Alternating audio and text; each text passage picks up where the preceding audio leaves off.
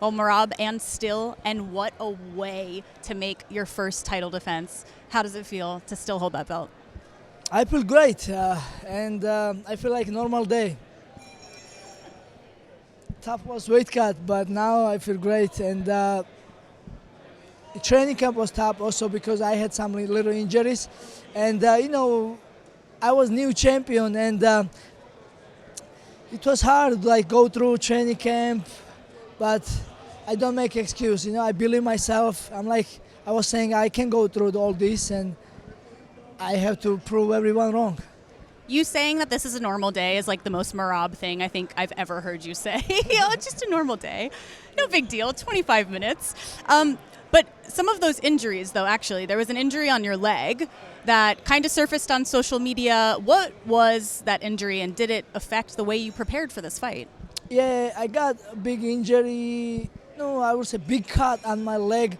That was like November, but it was big cut and I got impacted, and it takes so long to heal up, and it was very sensitive every time I'm wrestling, and the kick was so painful, and it was affecting my training, and that was hard. And then, but once I got this fight, it was like 6 weeks notice, and I started hard training, lifting weights and stuff, like running in mountains, and I hurt my lower back, and I'm like, that was like, oh my God, what's going on? But I'm a fighter, and then I can find the ways, I guess, different training and swimming, something like that.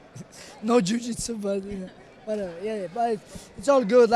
But it was so worth it, and I'm grateful because I said in the octagon too, when I heard UFC needs me, I'm like, I'm not gonna take any excuse. Like, UFC give me everything, and now I have to step up, and I have to give UFC this title fight, this opportunity, because Umar wasn't able to fight in March, and Islam was fighting in November, and the three guys from Dagestan wanted to fight here, and I'm like, okay, I will do it, no problem. But and then Umar was keep disrespecting me, and I'm like, oh, you don't deserve this, That's why I wanted to punch his face a lot. Well, you did. They say becoming champion is hard. Staying champion is harder, maybe. You had to defend your belt against one of the most revered bantamweights, one of the most revered names, the legacy that Umar carried into the octagon tonight. Was there any pressure at all that came from the name Nurmagomedov, from Khabib being in the corner? Did you feel any pressure from that? No, actually, I like these top challenges, and I love fight against respectable opponent, like a well-deserving opponents, top, really like guys who earn it. That makes me excited, and I know Umar was top and he was good contender, but he don't earn it. We all know the more you fight and more risky you lose, so we see more your fight. But he was fighting not top 5 guys, and only Corey Sanhagan, he beat him, and then he was disrespecting me. And then all I was asking, just respect on my name, because I earned it here. I go through a lot, and I lost my UFC debut, and I lost my second fight. I was thinking to UFC may cut me. If you ask me, I feel like I'm undefeated, but sometimes judges, sometimes some injuries, something happens, and what I'm saying is I have a lot of experience, and I'm excited when I have a top opponent like Umar Nurmagomedov is, but at the same time I was so mad about him. He disrespected me. Was it difficult to control the emotion that you may have felt, not only in the fight, maybe not in the fight at all, but in the lead up, in camp, staying focused even though the emotions were there? Exactly, that's a good point. I was really emotional, and I was like, as a man and as a how I live, I'm friends with your husband and teammates and everybody, and we are men, so respect, and we all earn respect, and I've been here, I've been fighting best of the best, and some young fighter comes and he's telling me, I will kill you, I will choke you, I just need your belt. Like, you are nobody, you are old. You like, and then like so much disrespect, and especially I know this guy. Like, if I don't know somebody crazy talk about me, who gives a shit? But I know this guy, and then like, bro, when I know you, and then I always have a nice conversation with you. Why are you doing this? Like, you wanna really fight outside in the street, you know? So yeah, exactly.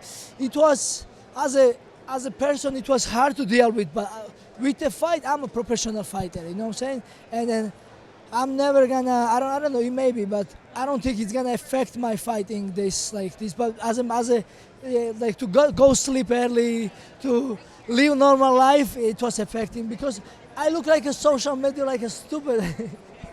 No, you don't look stupid on social media. You have a very big heart, Merab, and I think a lot of people see that. And so it makes sense that, you might feel a little emotional when someone disrespects you, but there's a lot to celebrate.